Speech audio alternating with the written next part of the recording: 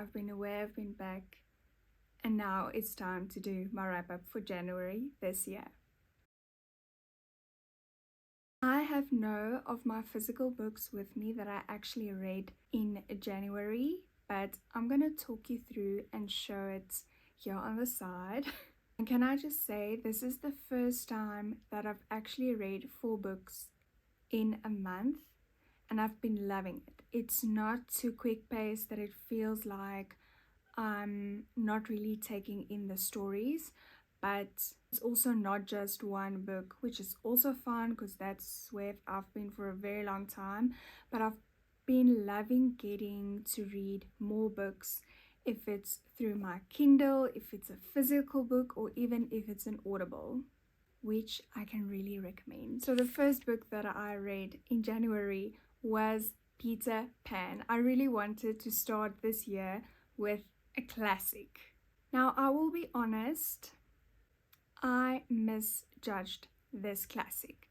When I started reading it, I had the whole childhood story in my head, and when I started reading, I was almost disgusted, and I had to stop a moment, and I was like, wait, isn't the original Peter Pan the original child story that we all grew up with and learned or read or watched as a movie? No, it's not. But I do understand why they made it into children's movie. It is a little bit more, I want to say, graphical, if that is the correct way to explain it. One thing I will also say is, beforehand I actually went and wanted to do like a deep dive into learning more about the classic and find out the symbolisms that's in the book and so on, and I was actually very upset with what I heard and watched and read, and I just decided to put all of that aside and just read the story for what it is, which I would recommend.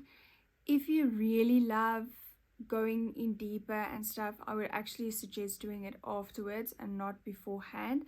Like Jane Austen's books, I really like doing that. When reading it, thinking of other symbolisms or things that she would reference or whatever, I wanted to do the same with these classics, but I would not recommend it. Especially when they go into like the personal lives of the writer. Just read the story and enjoy it for what it is. I want to say this contrast between the time of us having to grow up, saying welcome to adulthood, and still being a child, so that time in between. I enjoyed the book, even though I had all the other stuff in my head.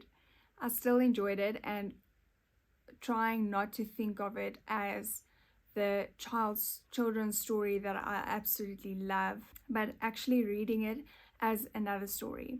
So with other books, like in my physical TBR that I'm very looking forward to reading, is because I loved the movie so much. So something that I told myself for this year, going into those books, those series, those novels, not to think of the movie or the series or whatever that I saw beforehand, to read it as an absolutely new story.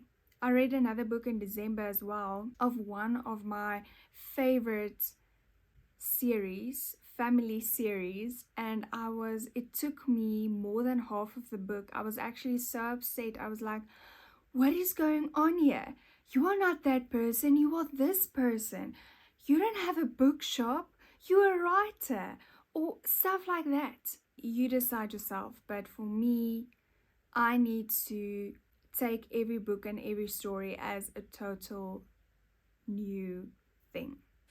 The second book that I read or listened to was Practice Makes Perfect. I really liked the first book, When in Rome, so I was excited to read this one or listen to it.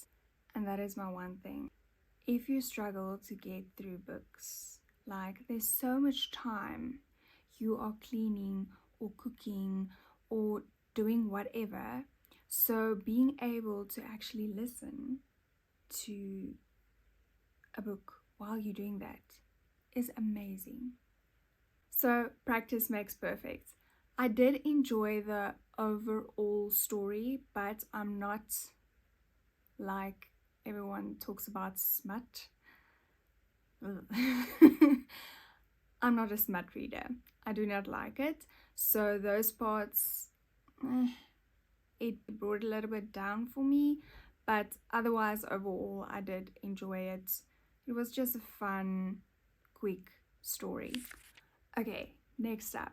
By this time tomorrow, I actually got this book a year ago from a friend. And at first glance, when I read it, I was like, it's not like I'm not understanding, but I'm not understanding what it's really about or what's going on. But it's a book in a small town and Ireland or Scotland. And yes, sign me up for that.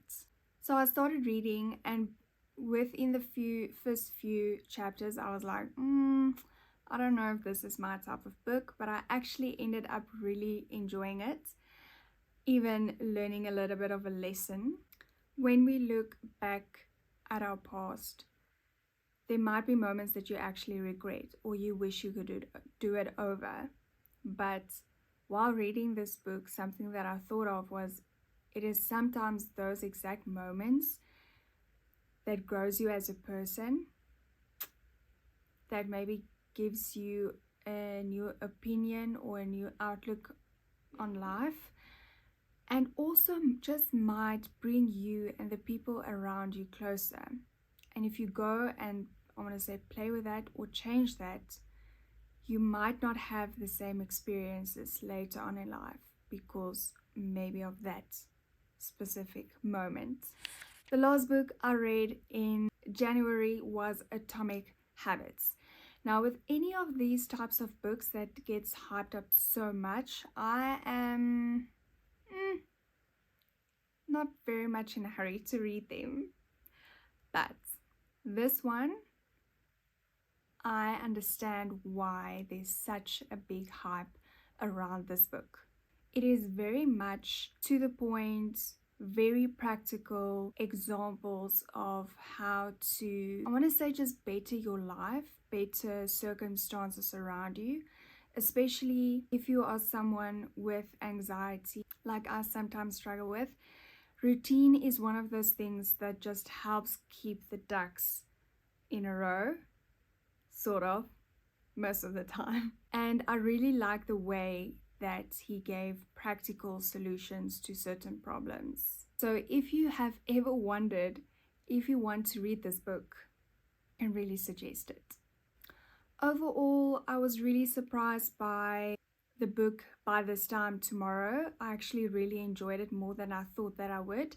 And then Atomic Habits, I must say, out of all 4 books, is the one that I would first suggest. Thank you so much for watching. If you have read these books, please leave in the comments what were your thoughts, or if you have any other recommendations that you think I might like. See you next time.